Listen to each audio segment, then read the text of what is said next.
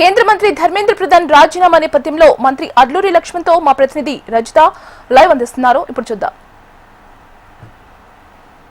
విద్యార్థులు చేస్తున్నటువంటి నిరసనకు ఫలితం లభించింది. ఎట్టకేలకు కేంద్ర విద్యాశాఖ మంత్రి ధర్మేంద్ర ప్రధాన్ రిజైన్ చేశారు. దీనిపైన మనతో పాటు మాట్లాడడానికి మంత్రి అడ్లూరి లక్ష్మణ్ గారు ఉన్నారు. సార్ని అడిగి మాట్లాడదాం. సార్, చెప్పండి, ఈ రాజీనామాని ఎలా చూస్తున్నారు? అంటే ఇది విద్యార్థుల విజయం అనుకోవచ్చు?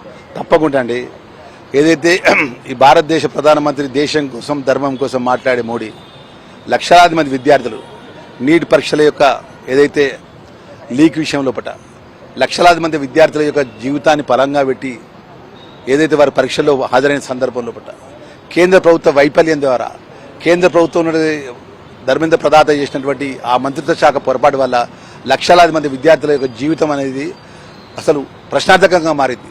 అలాంటి పరిస్థితుల్లో లక్షలాది మంది విద్యార్థులు రోడ్ల మీదకి వచ్చి నిరసన తెలియజేసారు. వాళ్ళ న్యాయమైన సమస్యకు పరిష్కారం కావాలని అడిగిళ్ళు.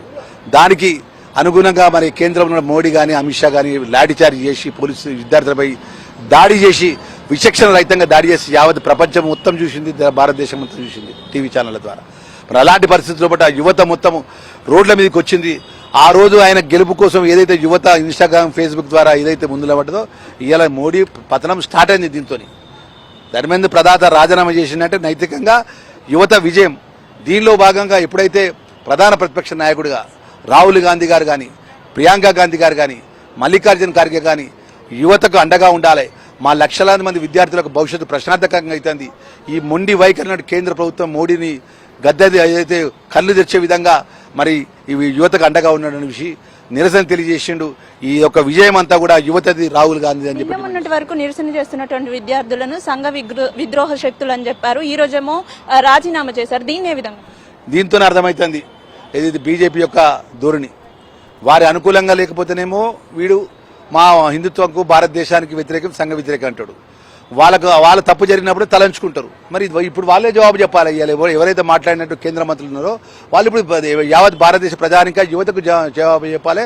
వారు తప్పుగా మాట్లాడినందుకు మోడీ ఏమేం చేయాలంటే ఎమ్మటే క్షమాపణ చెప్పాలి. ప్రధానమంత్రి అమిత్ షా క్షమాపణ చెప్పాలి.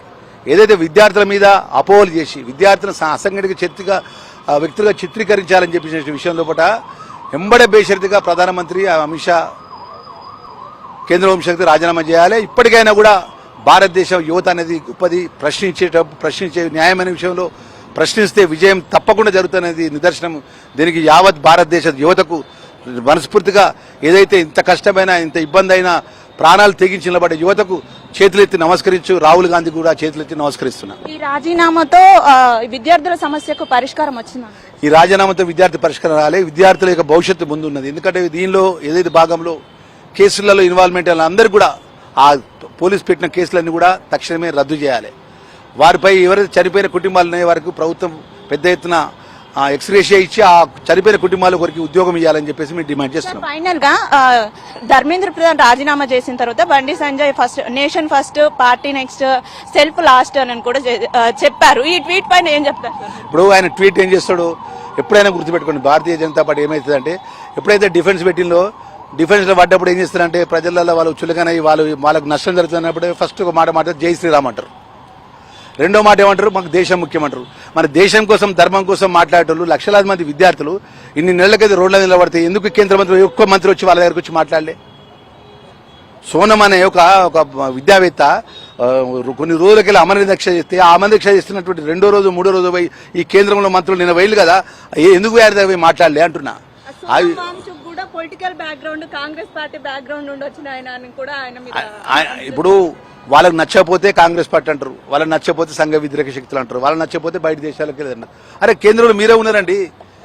కేంద్ర మంత్రిత్వ శాఖ, కేంద్ర హోంశాఖ మీ దగ్గర ఉన్నది, ఎస్బీ ఇంటెలిజెన్స్ మీ దగ్గర ఉన్నది, సిబిఐ మీ దగ్గర ఉన్నది, రా మీ దగ్గర ఉన్నది. ఇన్ని ఏజెన్సీలు మీ దగ్గర ఉండే ఈ చాతకాని మాటలు మాట్లాడతారు ఎందుకండి మీరు? సో చూడొచ్చు, ఈ రాజీనామాతో అయితే విద్యార్థుల విజయం దక్కింది అని కూడా మంత్రి చెప్తూ ఉన్నారు. కేవలం ఈ రాజీనామా చేయడమే కాదు, ఎవరైతే చనిపోయిన విద్యార్థులు ఉంటారో వారికి ఎక్స్గ్రేషియా కూడా ప్రకటించాలి. ఇంకోసారి ఇటువంటివి జరగకుండా కఠిన చర్యలు తీసుకోవాలని కూడా అడ్లూరి లక్ష్మణ్ చెప్తూ ఉన్నారు. ఈ రాజీనామాతో అయితే బీజేపీ పతనం మొదలైంది అని కూడా ఆయన చెప్తున్నారు. వీడియో జర్నలిస్ట్ గజానంతో రజిత, HM TV, హైదరాబాద్.